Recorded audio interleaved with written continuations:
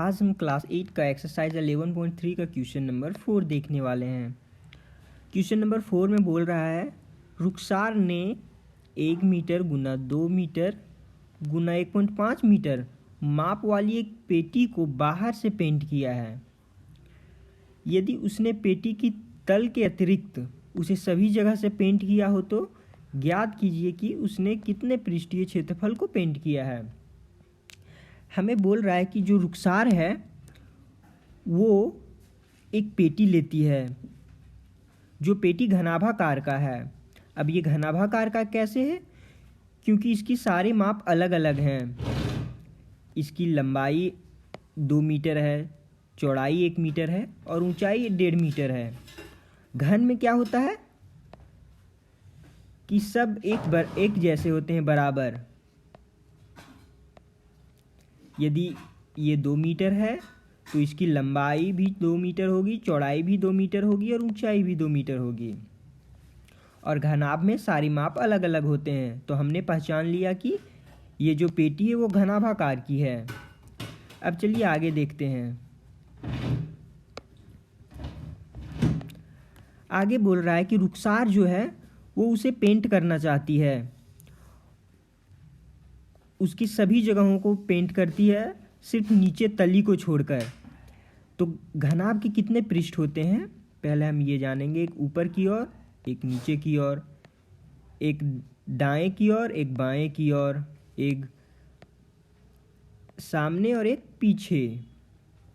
तो वो ऊपर से भी पेंट करती है, बाएं दाएं दोनों साइड से पेंट करती है,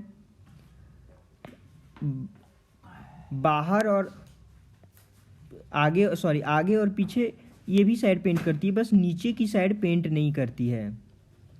ठीक है, तो मतलब कि वो 5 जगह से उसे पेंट कर रही है। अब ये जो बॉक्स है उसे गौर से देखिए। यदि वो अंदर की साइड पेंट नहीं कर रही है तो हमें क्या उसकी लंबाई चौड़ाई मालूम है कि वो कौन से भाग को पेंट नहीं कर रही है? जी हाँ, 1 मीटर ये चौड़ाई होगा 1 मीटर और 2 मीटर की उसकी लंबाई होगी 2 मीटर। आप इसे गौर से देखिए, ये तलहटी को पेंट नहीं कर रही है। आपके घर यदि कोई बॉक्स होगा, बक्सा होगा, तो उसे गौर से देखिए, उसकी तलहटी कैसी दिखती है? क्या वो आयताकार की है? जी हाँ, ये आयत के आकार की दिख रही है। तो हम कैसे ज्ञात करेंगे कि उसने कितना भाग पेंट किया?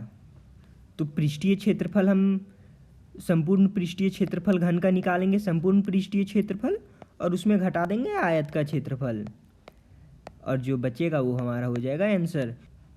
उसने पूरा बक्सा में से किसे पेंट नहीं किया है? उसकी तलहटी को पेंट नहीं किया है, जो आयताकार की है। तो हम पूरे बक्सा में से आयताकार भाग को घटा देंगे और आ जाएगा हमारा आंसर। तो चलिए इसे सॉल्व करते हैं। दिया क्या क्या गया है पहले इसे नोट डाउन कर लेते हैं। ये ज़रूरी नहीं है लिखना, बट हम लिख लेते हैं। लंबाई इसकी है 2 मीटर, चौड़ाई है इसकी 1 मीटर और ऊंचाई है इसकी 1.5 मीटर। ये इसकी लंबाई होगी, ये इसकी चौड़ाई और ये इसकी ऊंचाई हो गई 1.5 मीटर। अब चलिए लिखते हैं पेंट किया हुआ भाग। पेंट किया गया भाग का क्षेत्रफल।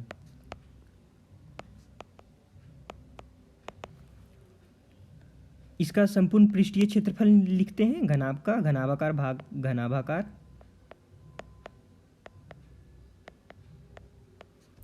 पेटी का कुल पृष्ठीय क्षेत्रफल। इसमें घटा देंगे आयताकार भाग का क्षेत्रफल।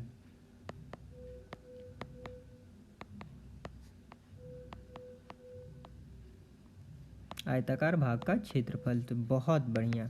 घनाभाकार पेटी का कुल पृष्ठीय क्षेत्रफल का फॉर्मूला क्या होता है? 2 into L into B plus B into H plus H into L, ये होता है। जिसमें से आयत का क्षेत्रफल क्या होता है? लंबाई गुना चौड़ाई, एल इंटू बी। अब चलिए इसको सॉल्व करते हैं। 2 इंटू लंबाई हमें दिया गया है 2 और चौड़ाई हमारे पास है 1 प्लस चौड़ाई हमारे पास है 1 और ऊंचाई हमारे पास है 1.5 प्लस ऊंचाई हमारे पास है 1.5 और लंबाई हमारे पास है 2। इसमें से घटा देंगे, लंबाई है 2 मीटर और चौड़ाई हमारा 1 मीटर। अब चलिए आगे सॉल्व करते हैं। 2 इंटू 1 2 1.5 इंटू 1 1.5 होगा। 1.5 इंटू 2 1.5 गुना 2 कितना होता है 3 माइनस 2 गुना 1 2। अब आगे चलिए इसको सॉल्व करते हैं। इन सभी को अब आपस में जोड़ देना है। 2 गुना 1.5 2.0 और 3.0, तो यहाँ 5 का 5 आ जाएगा, 3 2 5 और 1 6 6.5, जिसमें से घटाना है हमें 2 माइनस 2। हमें पता है कि सबसे पहले गुना का क्रिया होता है, तो हम यहाँ पहले गुना का क्रिया करेंगे। 6.5 गुना 2 करेंगे हम, तो 6.5 गुना 2 करने पर आएगा हमारा 13 minus 2 equal to 11 metre square. ये हो गया हमारा आंसर। 11 मीटर स्क्वायर पेंट किया गया भाग का क्षेत्रफल है, पृष्ठीय क्षेत्रफल। थैंक यू, आज के लिए इतना ही।